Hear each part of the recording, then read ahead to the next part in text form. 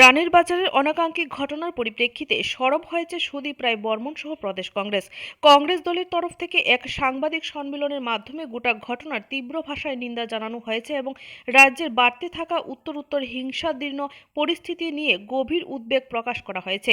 এখানে উল্লেখ করা প্রয়োজন, গতকাল পশ্চিম ত্রিপুরা জেলার অন্তর্গত রানীর বাজার এবং সন্নিহিত এলাকায় যে ঘটনা সংঘটিত হয়েছে তার পরিপ্রেক্ষিতে প্রদেশ কংগ্রেস কার্যালয়ে এক উচ্চ পর্যায়ের সাংবাদিক সম্মেলন আয়োজন করা হয়। এই সাংবাদিক সম্মেলনে আলোচনা করতে গিয়ে কংগ্রেস বিধায়ক সুদীপ রায় বর্মণ গতকালকের তীব্র ভাষায় নিন্দা জানান। শ্রী রায় বর্মণ দাবি করেন, এই সময়ের মধ্যে গোটা রাজ্যে এমন একটা পরিস্থিতি তৈরি হয়েছে যে জায়গার মধ্যে রাজ্যের চিরাচরিত ঐতিহ্য থেকে শুরু করে সংস্কৃতি আক্রমণের মুখে। গতকালকের ঘটনা প্রসঙ্গে সুদীপ রায় বর্মণের অভিযোগ আছে, ঘটনা সংঘটিত হওয়ার পর বারবার পুলিশ প্রশাসনের সাহায্য সহযোগিতা প্রত্যাশা করা হলেও সময় মতো সাহায্য সহযোগিতা পাওয়া যায়নি।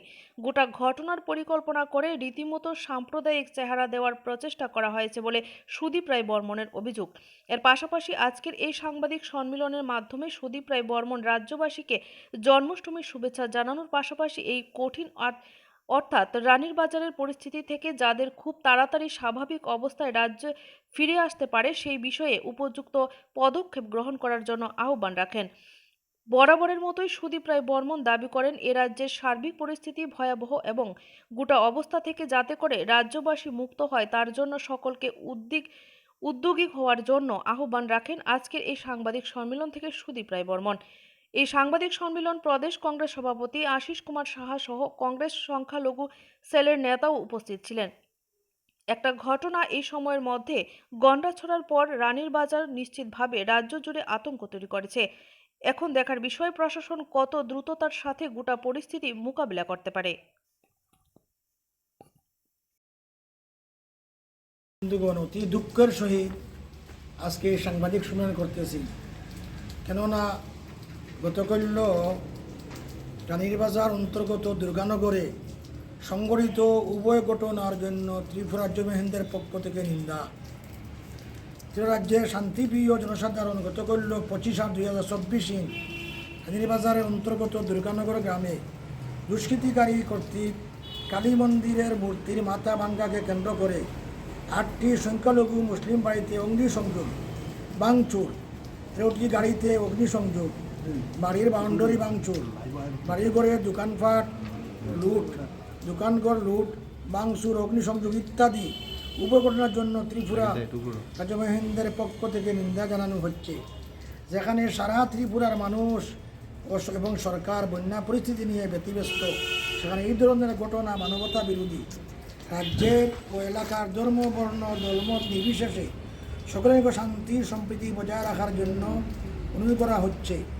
সাথে সরকার ও প্রশাসন নিকট দাবি করা হচ্ছে উভয় ঘটনার দুষ্কৃতিকারীদেরকে চিহ্নিত করে দৃষ্টান্তমূলক শাস্তি দেওয়ার ব্যবস্থা যেন করা হয় এবং ক্ষতিগ্রস্তদের তদন্তক্রমে উপযুক্ত ক্ষতিপূরণ দেওয়ার জন্য রাজ্য সরকারের নিকট অনুরোধ করা হচ্ছে। আমরা মাননীয় মুখ্যমন্ত্রীর কাছে দেওয়ার কথা ছিল, ডিসিপির কাছে, কিন্তু আজকে অফিস বন্ধ, আমরা দিতে পারি নাই, চলে আসছি। দুঃখের ব্যাপার, রানীবাজার থানা আমাদেরকে অনুমতি দেয় নাই রানীবাজাইতে। দুঃখের ব্যাপার, ভারতবর্ষের মধ্যে এই নজির নেই যে জমিয়তের প্রতিনিধিকে কোনো স্পটে যাইতে নিষেধ করা। এই প্রথম। আমি 42 বছর কাজ করতেছি। আমি 42 বছর থেকে ত্রিপুরায় জমিয়তের কাজ করতেছি, আমি সভাপতি। এই প্রথম আমাকে আজকে দুর্গানগরে যাইতে নিষেধ করা হয়েছে এটা থানা থেকে। এটা আমি মানতে পারি নাই। কেন? আমরা আমাদের স্লোগান কি? হিন্দু মুসলিম বাড়ি বাঙালি ভাই ভাই সবাই মিলে শান্তি চাই। এই ত্রিপুরার শান্তির জন্য আমরা কি করতেছি?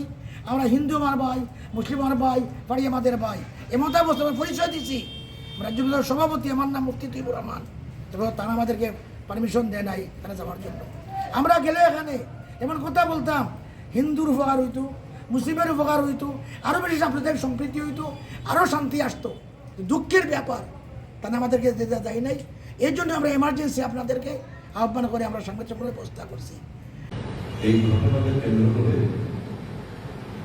আজ সকালবেলা একটা উভয় অংশের মানুষের কাছে একটি বৈঠক ছিল, সকাল 10টা হওয়ার কথা ছিল। স্বাভাবিকভাবে আইনের পথে চলবে, দোষীকে এই যে পাপ কালিমা মুক্তি আপনাকে চুরমার করে দেবে এই ঘৃণ্য কাজে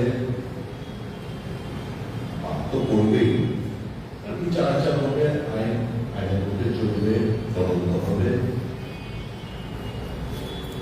এটাই গণতান্ত্রিক দেশের রীতিনীতি। কিন্তু দেখলাম কালকে রাত্রিবেলা 9টা এই কৈতুরবাড়ি এই মন্দিরকে কেন্দ্র করে ওখানে মসজিদকে ভাঙচুর করা কিংবা মসজিদের দরজায় তালা লাগানোর নতুন তালা ভেঙে নতুন তালা লাগানোর প্রতিষ্ঠা নেওয়া হয়েছে। পরবর্তী সময়ে দুর্গানগর এলাকায় বাড়ি কিনা প্রায় 20টি বাড়িতে লুটপাট চালায় অবাধে, এবং পরবর্তী সময় লুটপাট চালার পর এগুলোকে অভিষিক্ত করে দেওয়া খুব একদম তুলে ছাড়তে দেবে। তার সাথে একটি দোকানও রয়েছে, 15-8টা গাড়ি রয়েছে, যেগুলো তুলে দেওয়া হয়েছে, বড় এবং টাকা এক্সট্রা বাইক 4টের মতো আগুন দিয়ে তুলে দেওয়া হয়েছে। কাপিয়া বাড়ি 8 জঙ্গলে ওখানেও 4-5টি বাড়িতে ভাঙচুর করা হয়, লুটপাট করা হয়, এবং আমাদের পূজনীয় গরু তাকে পুড়িয়ে দেওয়া হয়।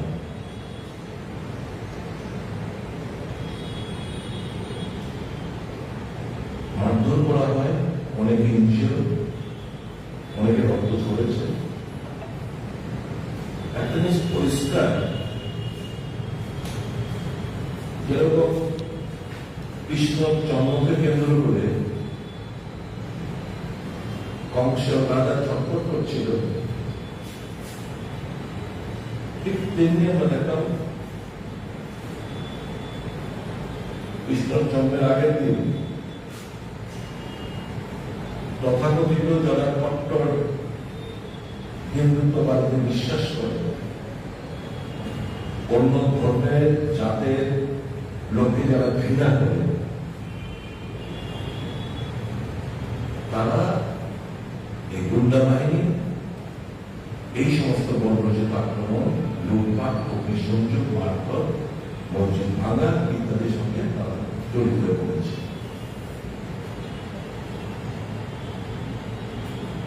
ব্যাপারটা